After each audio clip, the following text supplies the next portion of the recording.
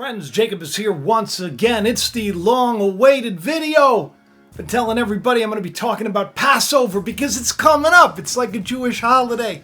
But this is connected to everything and events. And it's like literally connected to events too.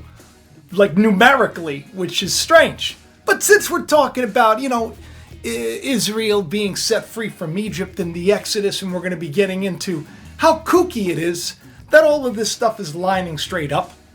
Like prophetic events, they would say, in timing. The timing of things. How it's just all playing out at the exact same time. Literally. Oh, we're going to be talking about some fun stuff. So I'm happy that you pressed play. We're going to be getting into a little bit of the book of Revelation today. We're going to touch back again with Daniel 12. Yeah, so I hope you buckled up because I got the Moses shirt on and everything. This is going to be a good one. It's a freaky one too. So, yeah, buckle up.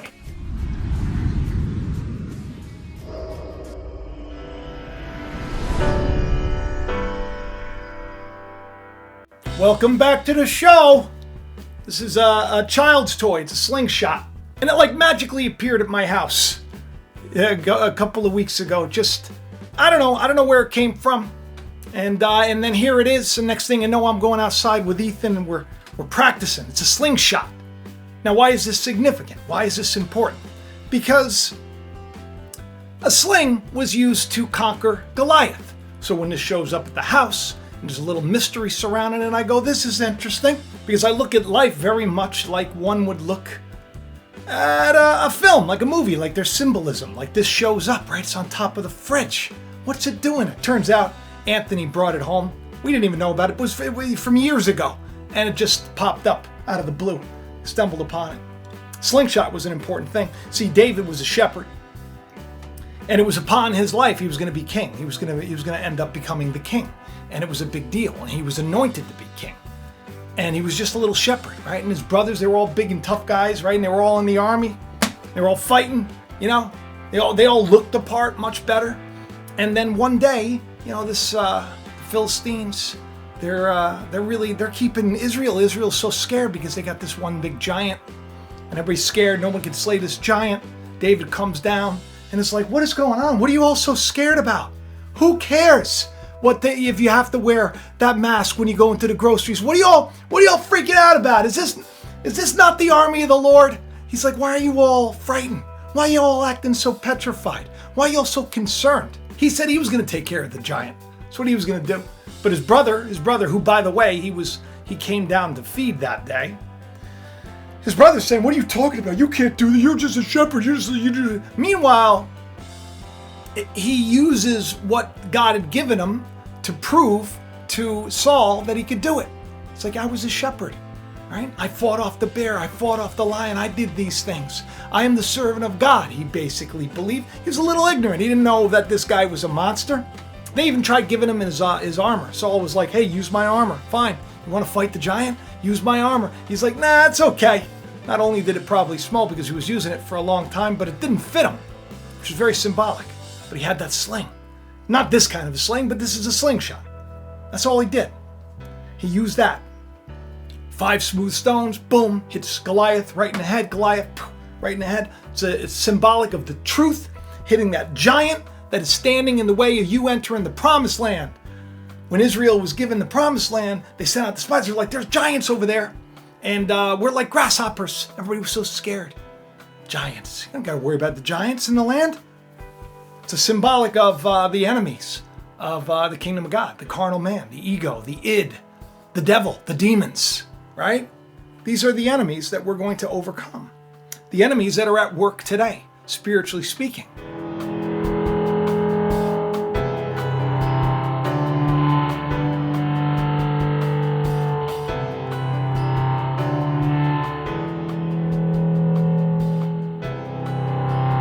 Shoot, it's all that stuff that keeps us from enjoying our lives, from having peace in our lives and having joy in our life. But that day has come to an end for a lot of people, right? Everybody's waiting for the coming of Christ, right? Christ is coming. Christ will return.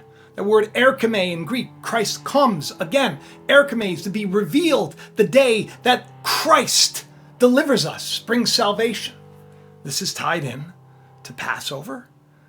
This is tied in to Easter that's coming up. This is tied in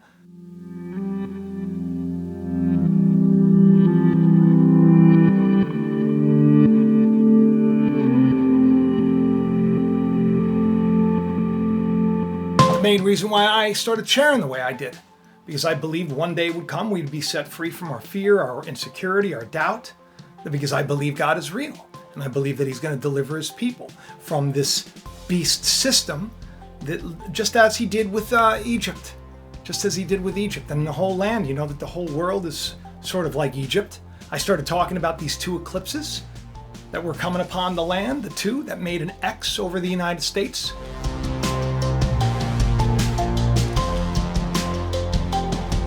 "7 years. There's this big X. I said it was going to divide us in two. I said about halfway through we were starting to feel the effects. I've been talking quite a bit on the channel about all these prophetic events. Most recently about the 1260 days and the asteroid Apophis, Chaos, the god of death, swinging by, talking about how Passover is coming. So for you that are new to the channel, there was this sign in the heavens. They call it the Revelation 12 sign. It was September 23rd, 2017, and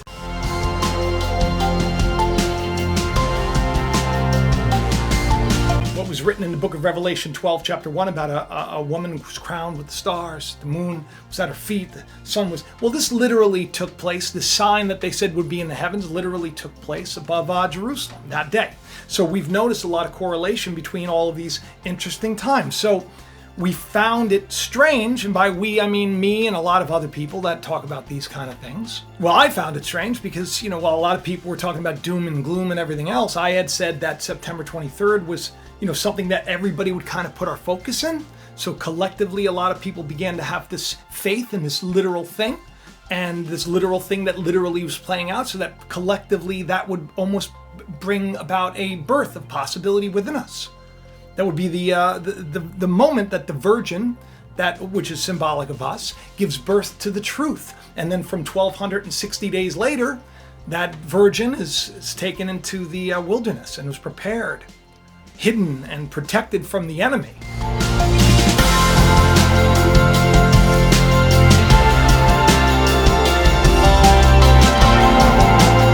Prepared as you will, maybe, you know, in many different ways. Like literally, there's a lot of you who a couple of years ago probably didn't even have faith at all. Now we're like devout believers, seekers, asking for the truth no matter what the cost. A lot of people come to the channel now, new, fresh. They're hungry for more. They've been hearing the same thing, and all of a sudden this is all confirmation for them. So in that last video, we talked about the chaos of Apophis to begin. And of course, it wasn't like we're going to get all these asteroids and meteors, which we did get. We got like one over this place and one over this place. They're exploding everywhere, but that's not the point.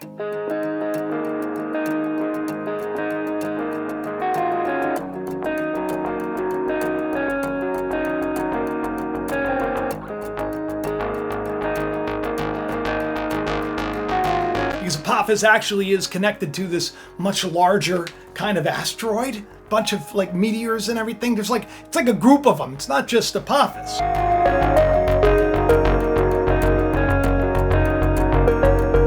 So in the book of Revelation, it talks about that the woman fled into the wilderness where she had a place prepared of God, that she should be fed for 1,203 score days. Well, that's past, right? If it's, we're talking literally here. And once again, I'm not saying that all this is, you know, I'm not saying that at the end of this, that there's going to be some big poof moment and all of a sudden we're all going to have superpowers, right? Or there's going to be some kind of a, you know, huge invasion.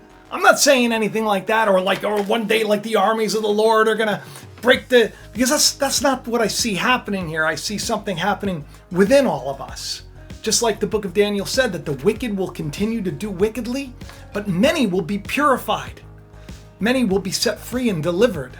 That's why he instructs, blessed are those that make it to 1,335, which, by the way, ties into another huge event. This is all crazy.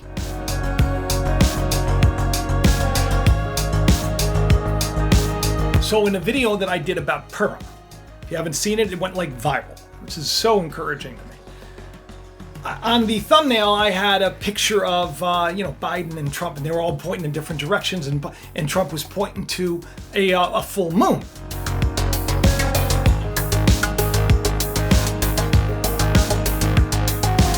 And it said March 28th, because on that day there is a Lenten moon, a worm moon, which is significant because it's like the first moon after the equinox.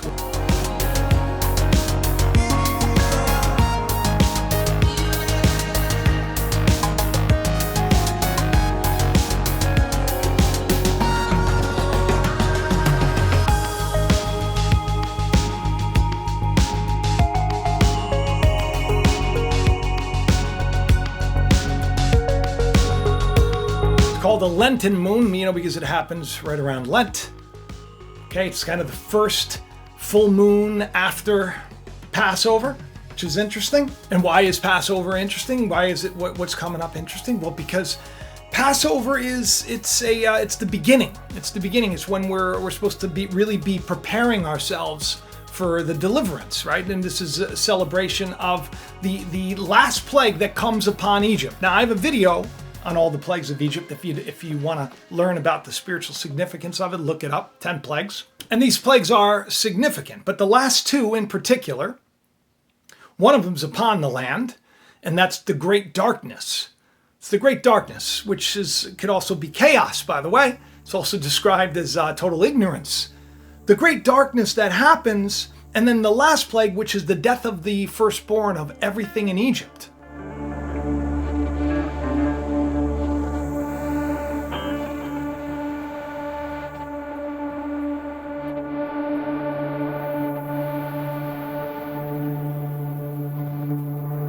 Egypt in Scripture is known to be a man's confusion, while Pharaoh is his shame. So we're in this confused state of ignorance. What can be birthed out of that? Stuff that needs to be destroyed.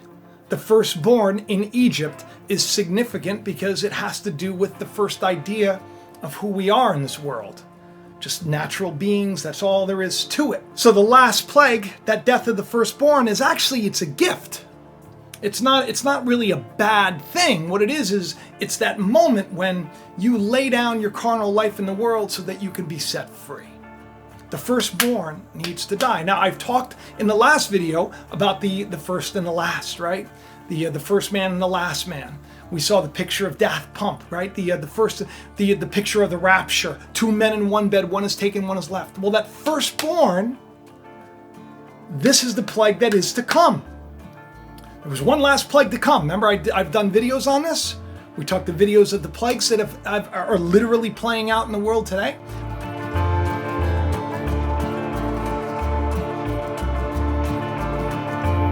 "1,260 days have passed with Apophis and chaos breaking out everywhere in the world, which may or may not start to happen even more so.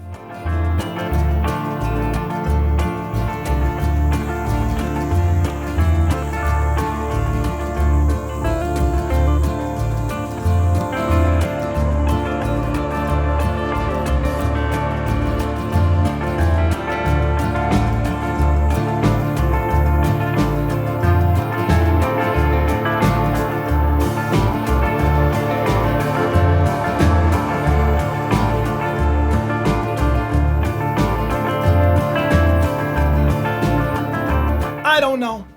But that last plague is the death of the firstborn. It's not a bad thing. Everything that is in Egypt must go. Firstborn is considered to be scary too, much like Goliath, who had 6 fingers, 6 toes, by the way, 66666. It's a picture of carnality. David took it down with just what he had. The very little thing that he had, that he was given, that everybody kind of made fun of. Thing that he does, people make fun of. You do goofy YouTube channels, right? It's like, this is what I have. It's going to take down Goliath just like that. I don't even got to try hard because the Spirit of the living God is behind me. It's an allegory. I'm speaking metaphorically.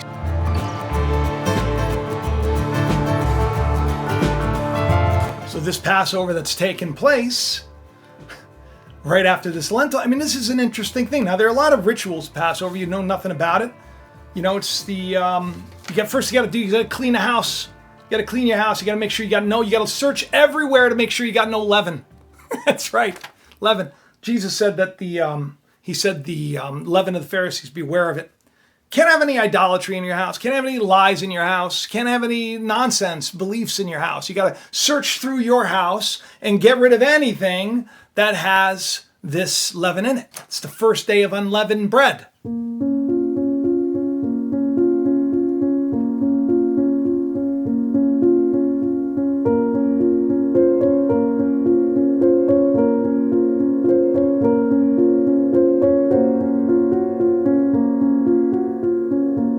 So the first day is you got to get ready for it. You got to prepare for it because the master's coming. Now this is interesting. In the book of Matthew and the other gospels, they knew the Passover was coming. This was the big Passover, right? This is the day when, Jesus goes down to do what he's supposed to do, take upon himself the sins of the world, and then he lays down his life, and then he's, taken up. The veil's rent in two. People wake up to the truth.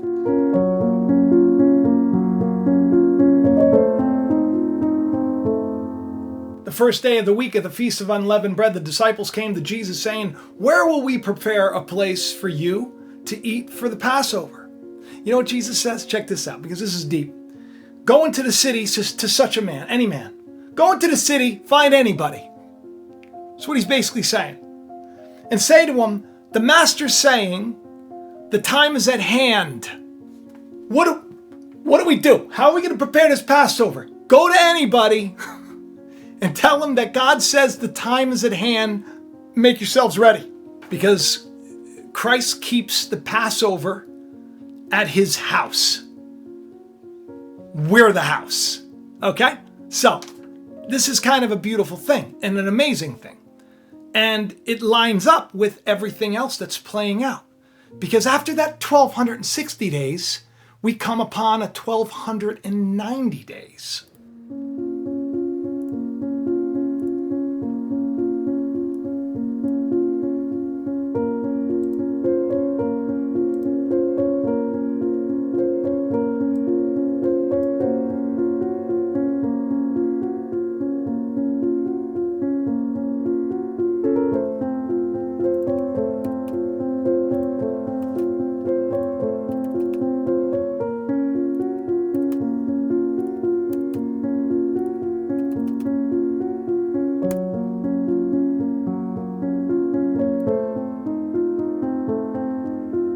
Now, what's interesting about this is on the Passover, this was the picture of when Jesus was riding the colt's ass into Jerusalem.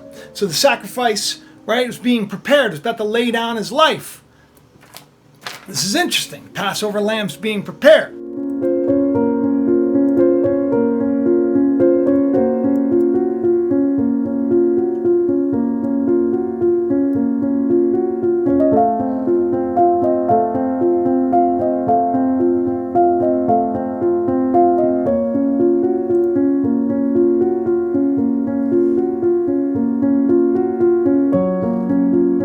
Reminded of that great quote in Zechariah 9 where it says, "Rejoice greatly, O daughter of Zion." Just so you know, that would be us as well.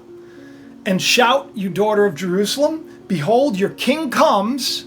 He is just, and he has salvation, lowly, humble, and riding upon an ass, upon a colt, the foal of an ass." Do you know what's weird about all that? Is that we're compared to, stubborn jackasses a lot, right? We are in Scripture. Job 11 says, "For vain men they would be wise, though they're like a wild ass's colt."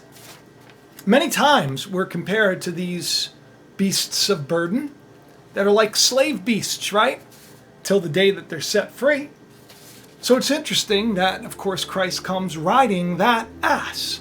So here we have a picture of bunch of jackasses that are supposed to get ready to be rode, if you will, because the hope of glory is Christ in you. Because Passover has to do with, by the way, a harvest. Just so you know. Because after Passover is Shavat, which is a harvest. There's two types of grains that are harvested. First barley, then it's wheat. I'm going to get into that. Hang on a sec. So the plagues are on the land. Israel's getting ready to be set free. Got the final plague coming. And, if you want, go back and check out that video, because you got to be prepared for this. And then you're set free. You're set free. Don't forget, too, that when God first came to Moses, and Moses was like, how am I supposed to do that? What am I supposed to, who am I? I'm not nobody. I'm a nobody. I'm a nobody. How am I supposed to tell people? Who's going to listen to me, right? That's what I think sometimes. Who's going to listen to me? Nobody's got to listen to me. All they got to do is go to you. What do you want me to do this show for? This is a goofy show. I'm not really prepared, right?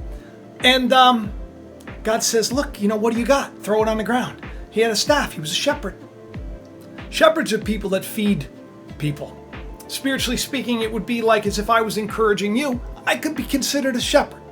And then the idea is in Scripture, just so you know, not to always remain to be a sheep, because the sheep that enters the sheep gate, once you lay down that life, the same becomes the shepherd of the sheep. Because we are the body of Christ. We're given the name of Christ. The body of Christ, we're given the name of Christ. We're to put on the mind of Christ. If we do all these things, we have the mind of Christ, we are the body of Christ, then we become Christ, and then Christ in this world is the greater works than these that shall be done. Now, is that going to happen? Is that going to literally happen? Yes. I believe Christ is going to be, 100% in his body, literally, spiritually, and infinitely, because that's the story. Because he laid down his life so that I could live. Now I lay down my life so that Christ can live in his kingdom forever. So Passover ends, because this is a period of time, on guess what day? April 4th, which is also Easter. So you have Passover ending, same day as Easter. Easter Sunday has to do with the resurrection.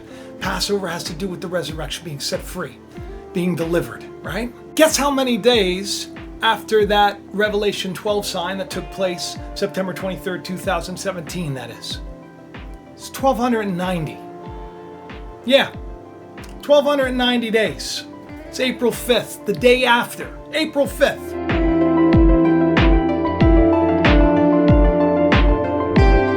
Both stories speaking of deliverance, the exodus of Egypt, right? And the resurrection of Christ. Deliverance. This is where it gets really cool.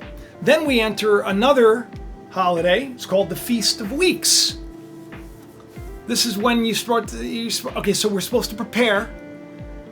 Then we're supposed to sacrifice that lamb that we nurtured in our home, because you're supposed to take one of your fruits and bring it in, one of your lambs, or one of your lambs, to the goats or the sheep, and you bring one in. It has to be without spot, whatever, and you prepare it, you nurture it, take care of it, and then you kill it, and then you put the blood over the doors. It's a picture of, this idea of who we've taken care of our whole lives. It's time to put it to an end. It's time to let go of this and be set free, and to just trust in God. It's our self-effort. It's everything that we took care of, that we nurtured, and everything. We got to lay it down, because we're not in charge. God is in charge. That's the good news. So here we have this interesting thing happening, going down. What are the odds? That happening, then that happening. Could there be another? Well, there is. How crazy is that? Okay, so Shabbat. I'm probably pronouncing it wrong. Look, I'm Irish and Italian. Okay, in New York here. I know Jacob Israel sounds like I'm not. I wasn't raised Jewish. All this stuff I got to study, because I love to study. I love to learn. So we have these, the Feast of Weeks, the Festival of Weeks. It begins at sundown on the 16th of May, 2021, and it ends on the 18th. And what is this doing? This is the end of the harvest, okay? So if we're spiritually speaking, like if this time frame that's literally playing out right now, this would be the time you jump on the bus, right? You jump on the bus because it's making its last stop. And if you jump on the bus now, you're going to be good. It's going to be okay. But if you don't jump on the bus now, it's going to be bumpy. It's going to be a bumpy road ahead, Jump on the bus now, everything that stands before you is going to part. Otherwise, when that thing is parted for those that are serving God, it'll come and it'll crush you. until you wake up. So Shavuot, Shavas, some people call it, began with the harvesting of the barley during Passover and ends with the harvesting of the wheat. Remember the wheat and the tares? 2. Here we go again. Truth and lies, right? Christ in you and the idea of you. Firstborn, secondborn. First shall be last. This is why Jesus says you got to be born again. The death of the firstborn is coming. This is a good thing. Perhaps that's why Daniel said, blessed are those that wait 1,335 days. Because guess what that is? That's the end of Shabbat. And that's literally playing out, here, get this,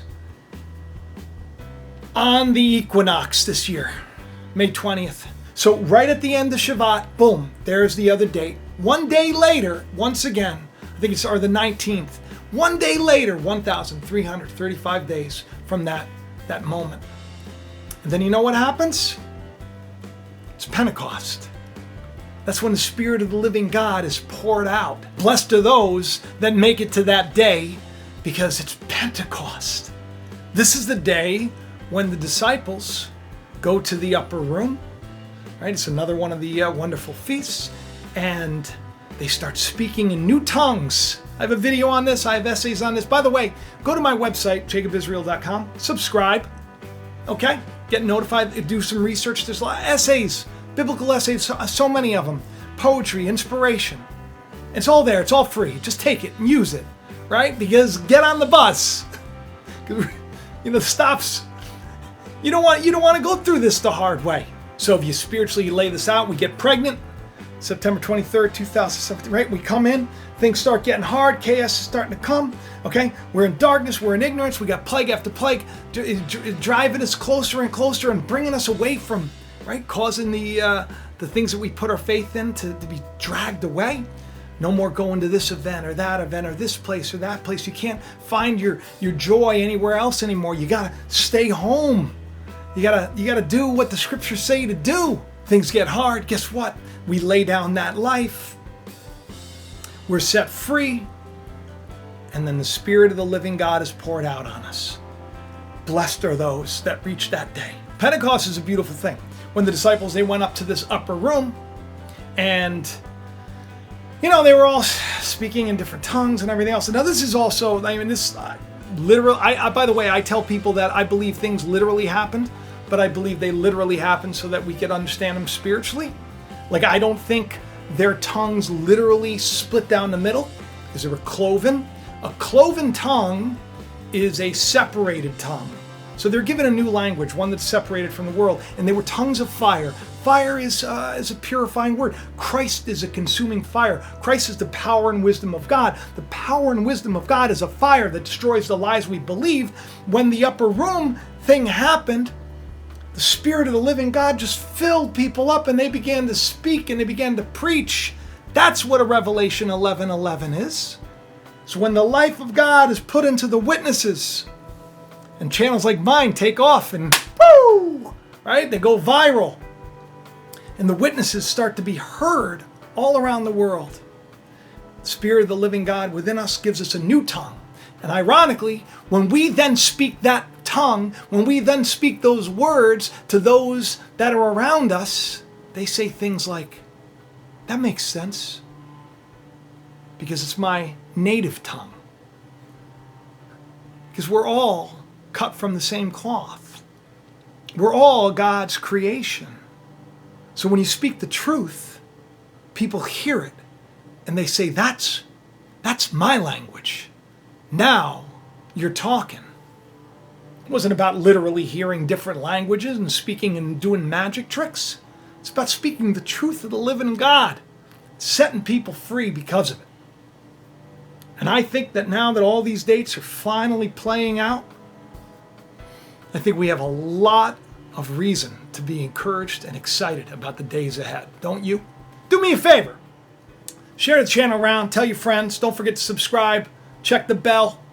Do all that stuff. If you do celebrate these events, happy, whatever they are. Enjoy them. But also find the spiritual significance to them. And go out and tell everybody to get ready for the Passover. Go to anybody and say, hey, the Master wants you to know He's going to be dining at your house tonight. I want you to know that God is going to be making residence within you, and you're all going to have the Passover meal together, so get ready, okay? Make sure you don't got any idols in your house. I love each and every one of you. I'll talk to you soon. Bye-bye. Thanks for watching Jacob Israel. Please hit that like button, leave a comment, subscribe, and share this channel around. If these shows have helped you, help Jacob to reach more any way you can, and have the best day ever. Click it.